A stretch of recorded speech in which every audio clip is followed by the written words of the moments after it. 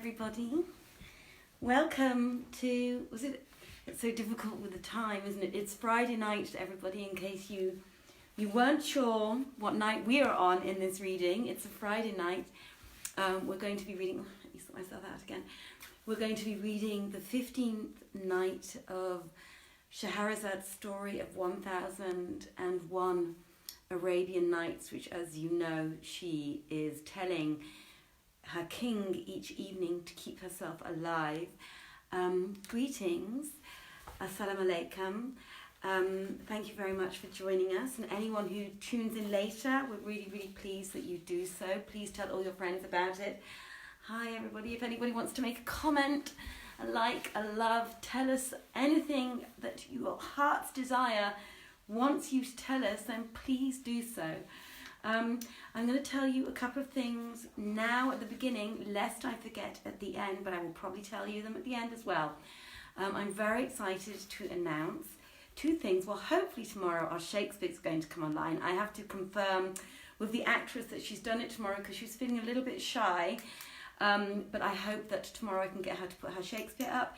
What we do have for sure is on Tuesday evening, so on Tuesday evening, instead of 1001 Arabian Nights, we will be having a special guest who will be reading from his short stories. He writes big, long stories as well.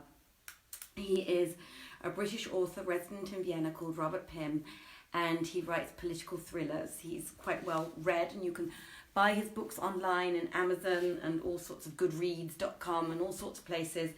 So feel free to check him out on our Facebook page, on my page. We have already announced who it is. His name is Robert Pym, so you can check him out. You can Google him afterwards, and he comes up quite frequently with very pretty photographs as well. And he will be reading from his feminist black comedy, The Two Rooms, in its entirety. That means on Tuesday evening, we will not be having 1001 Arabian Nights. We will be having Robert Pym with his book, The Two Rooms. It is a black feminist comedy written by a man, so that can only be a good thing. But fear not, because that means that next week, instead of doing just Tuesday to Saturday, we will do Tuesday to Sunday, because I am on 3 nights. I hope Samantha forgives me, and then we will just prolong it a little bit next week. So thank you very much for joining me. I am going to get straight into it and remind you just a little bit of what's been happening so far. So we're in Scheherazad's story, To Keep Herself Alive.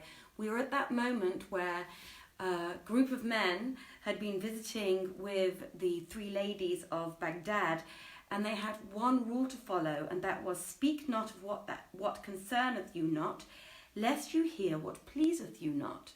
And unfortunately, they did ask the questions of the things that they didn't understand. Therefore, they are now going to potentially be killed unless they can tell the 3 ladies of Baghdad a really decent story. The first 3 gentlemen to choose to tell their stories were the Calendars. And if you remember rightly, all of those you have tuned in before, the 3rd Calendar has now started telling his story. And I'm going to very quickly read what his story roughly says so far. He was a former prince too. All the Calendars have been former princes, and they have all lost their left eye, by the way.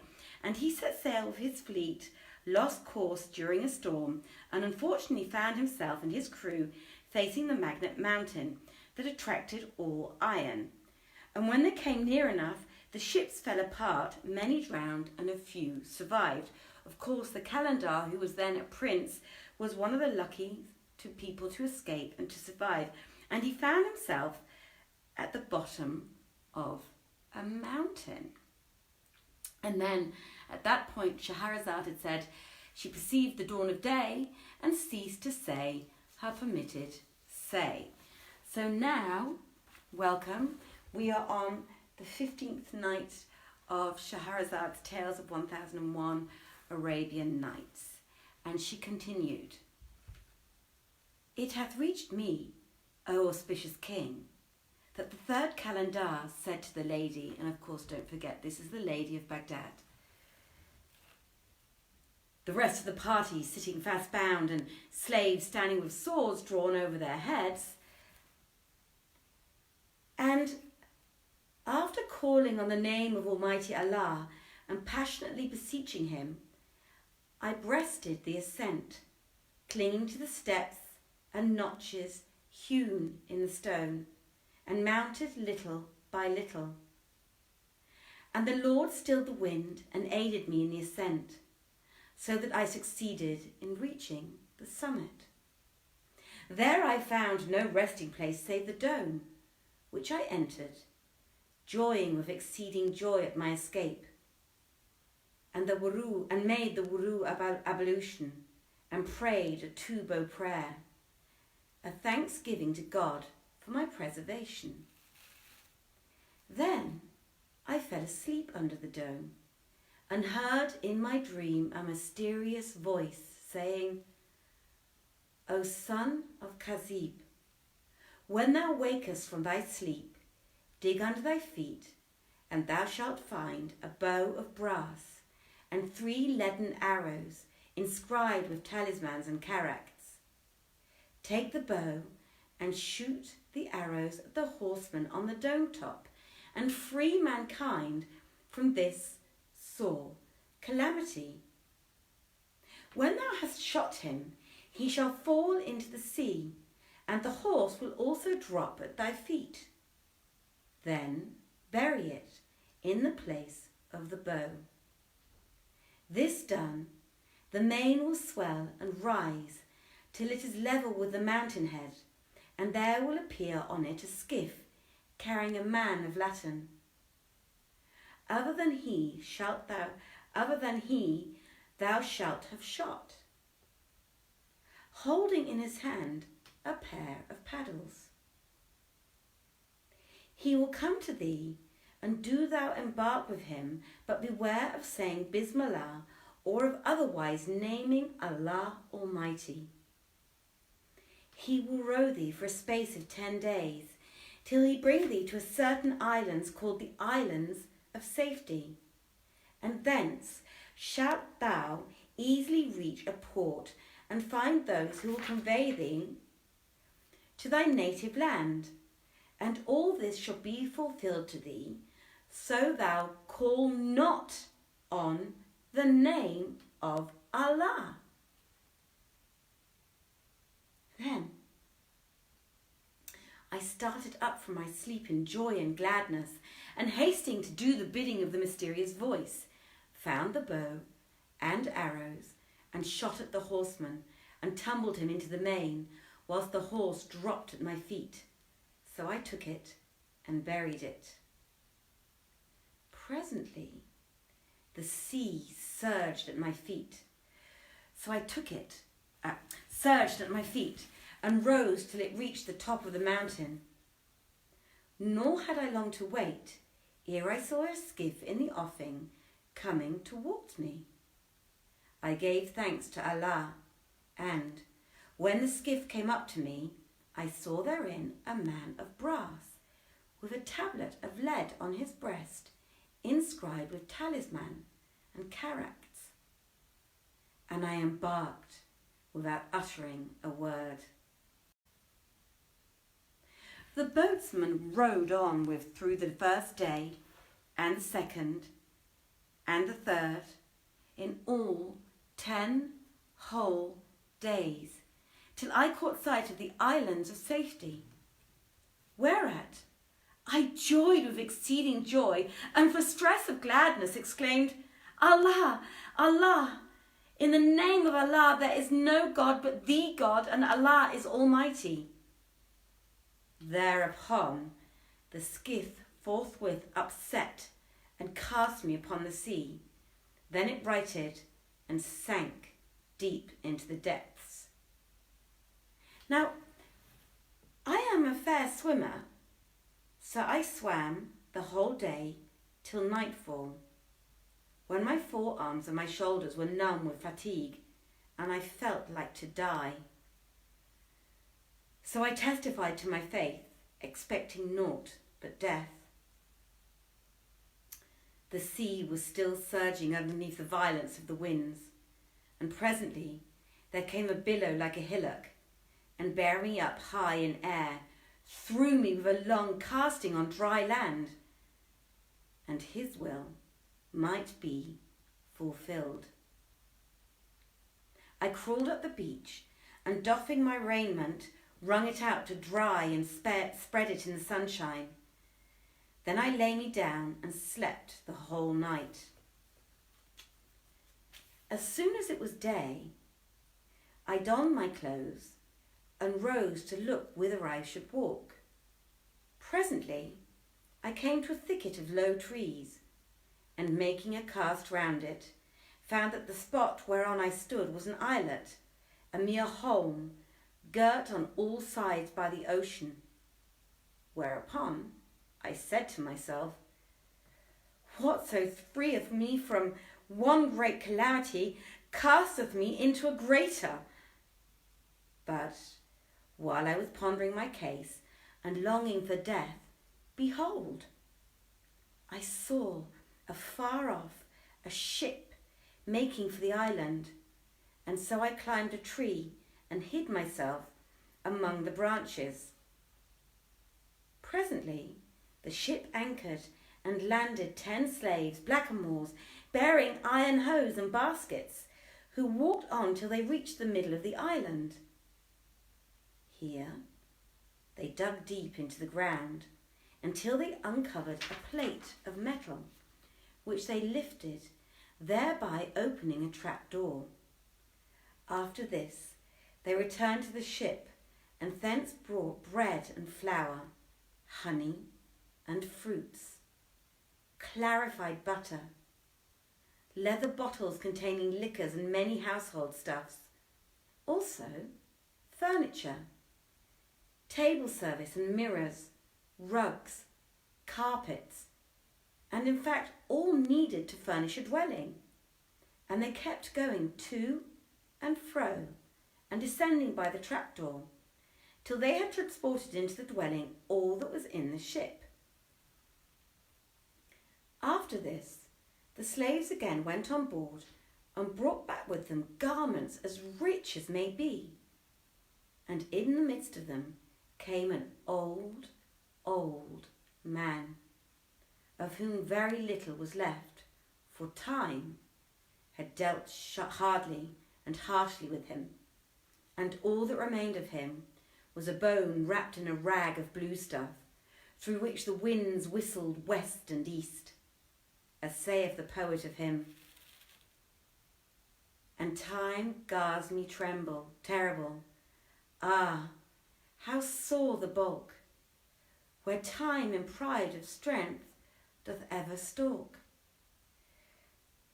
Time was, I walked nor ever felt I tired, now I am tired, albeit I never walk." And the sheikh held by the hand a youth, cast in beauty's mould, all elegance and perfect grace, so fair that his comeliness deserved to be proverbial. For he was as green as a bough, or the tender young of the roe, ravishing every heart with his loveliness, and subduing every soul with his coquetry and amorous ways. It was of him that the poet spake when he said, "Beauty thy brought with him to make compare, but beauty hung her head in shame and care. Quoth they, O beauty, hast thou seen his like? And beauty cried, His like? Not anywhere. They stinted not their going, O my lady, till all went down by the trapdoor, and did not reappear for an hour, or rather more. At the end of which time the slaves and the old man came forward without the youth, and replacing the iron plate and carefully closing the slab as it was before, they returned to the ship and made sail and were lost to my sight. When they turned away to depart, I came from down the tree, and going to the place I had seen them fill up, scraped off and removed the earth, and in patience possessed my soul till I had cleared the whole of it away. Then appeared the trapdoor, which was of wood in shape and size like a millstone, and when I lifted it up, it disclosed a winding staircase of stone.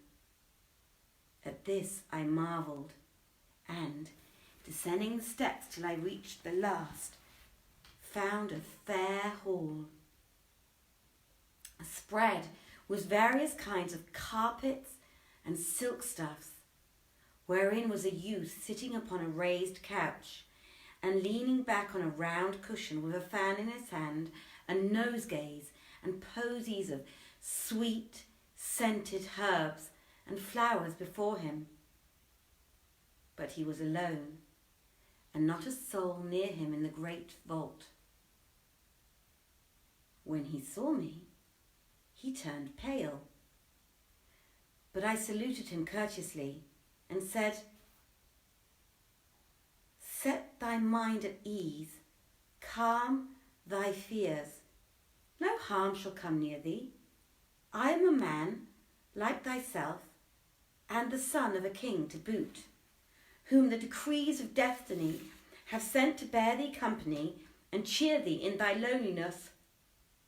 But now tell me, what is thy story? What causeth thee to dwell thus in solitude underground?" When he was assured that I was of his kind, no genie, he rejoiced, and he fine colour returned, and making me draw near to him, he said, "O my brother, my story is a strange story, and 'tis this. My father is a merchant jeweller, possessed of great wealth, who hath white and black slaves, travelling and trading on his account in ships and on camels, and trafficking with the most distant cities. But he was not blessed with a child, not even one.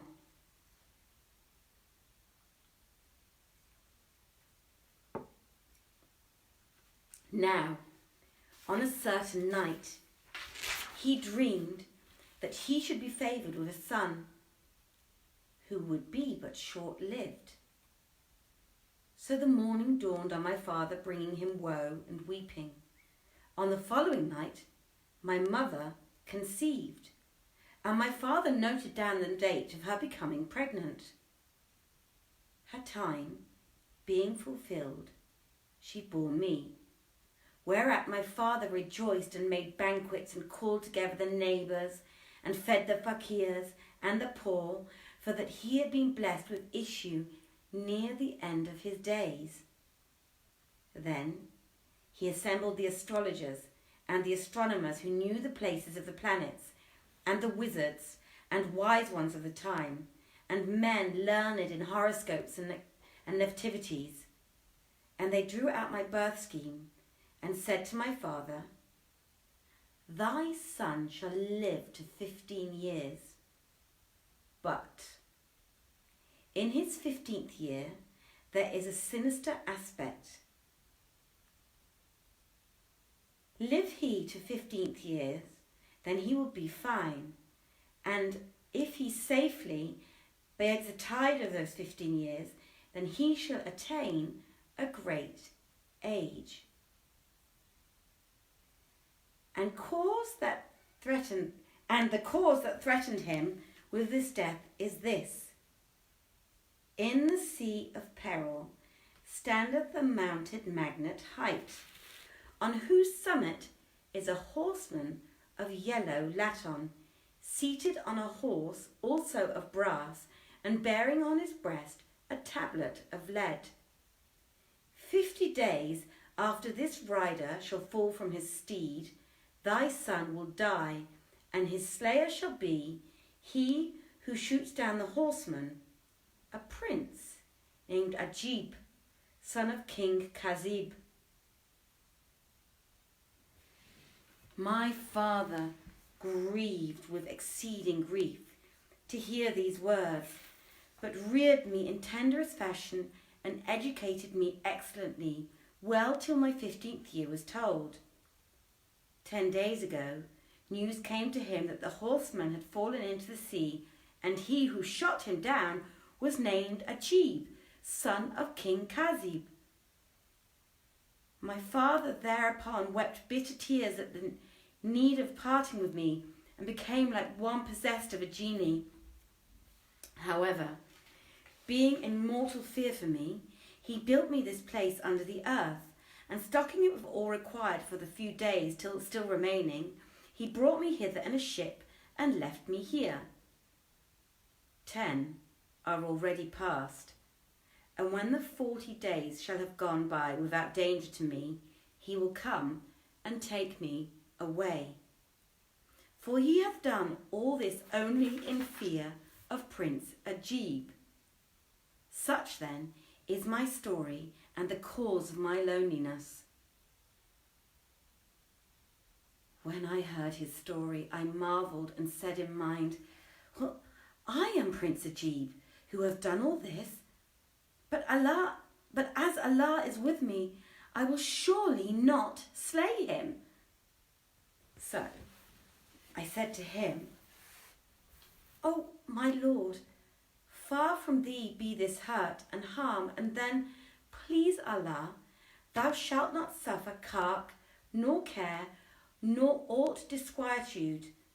For I will tarry with thee and serve thee as a servant, and then wend my ways, and after having borne thee company during the 40 days, I will go with thee to thy home, where thou shalt give me an escort of some of thy Mamelukes, and with whom I may journey back to my own city.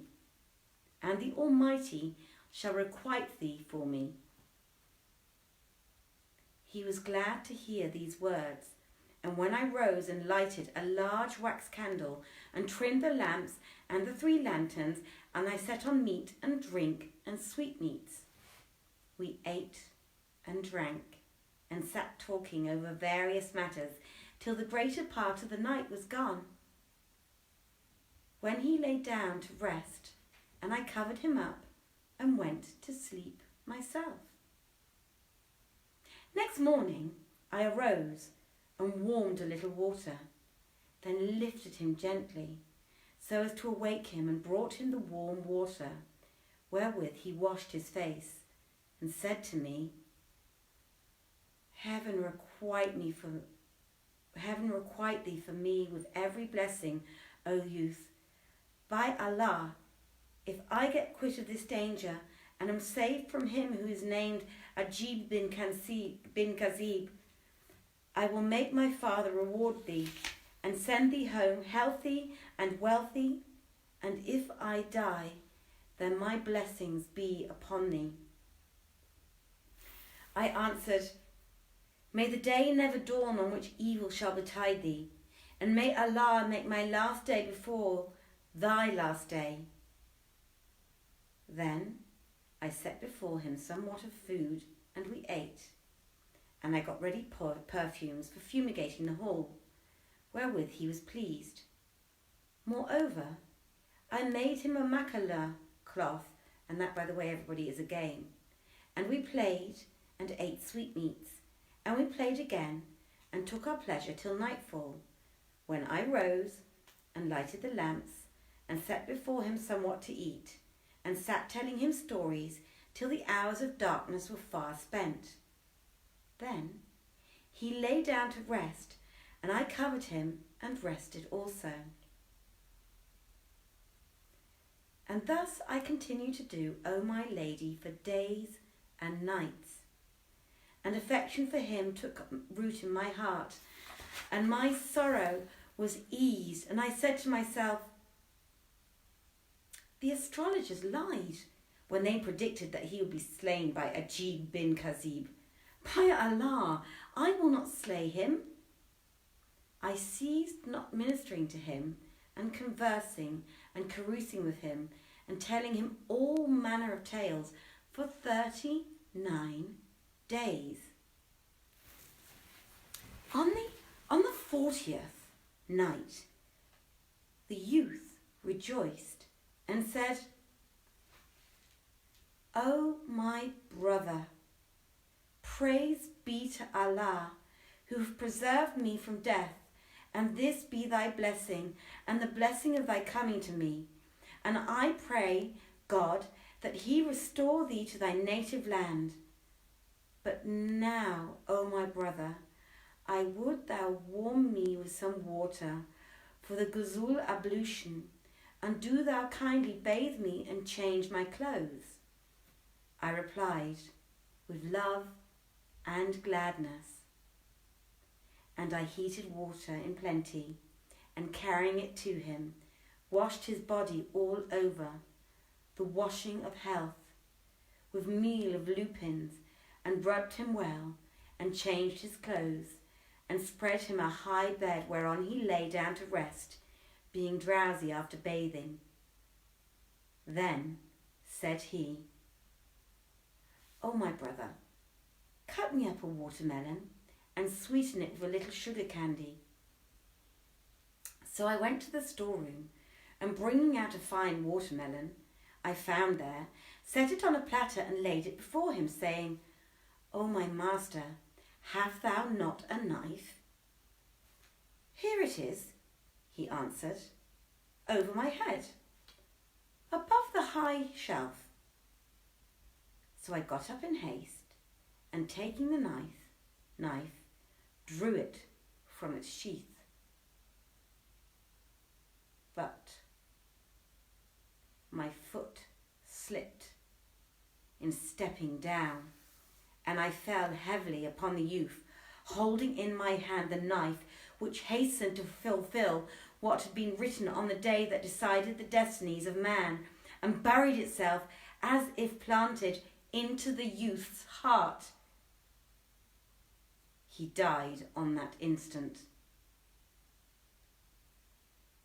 When I saw that he was slain, and knew that I had slain him, maugre myself, I cried out with an exceeding loud and bitter cry, and beat my face and rent my raiment, and said, "Verily we be Allah's, unto him we be returning, O Muslims, O folk, fain of Allah, there remain for me this youth but one day of the 40 dangerous days which the astrologers, the learned, had foretold for him.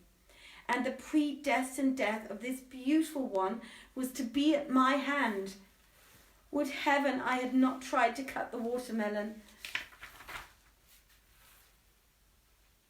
What die of a misfortune is this that I must bear leaf or loaf? What a disaster! What an affliction! O Allah mine, I implore thy pardon, and declare to thee my innocence of his death. But what God willeth, let that come to pass." And Shahrazad perceived the dawn of day, and ceased to say her permitted say. How are we doing? Perfectly.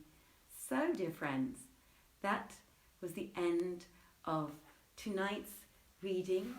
Thank you so much for joining us. If you are joining us later, welcome, and thank you that you did. And I hope you all look forward to listening to tonight's story. If you want to find out what happens to this prince next, tune in on, well, it'll be tomorrow night. That's right, tomorrow night, Saturday, is Saman is joining you again. I'm going to be your host.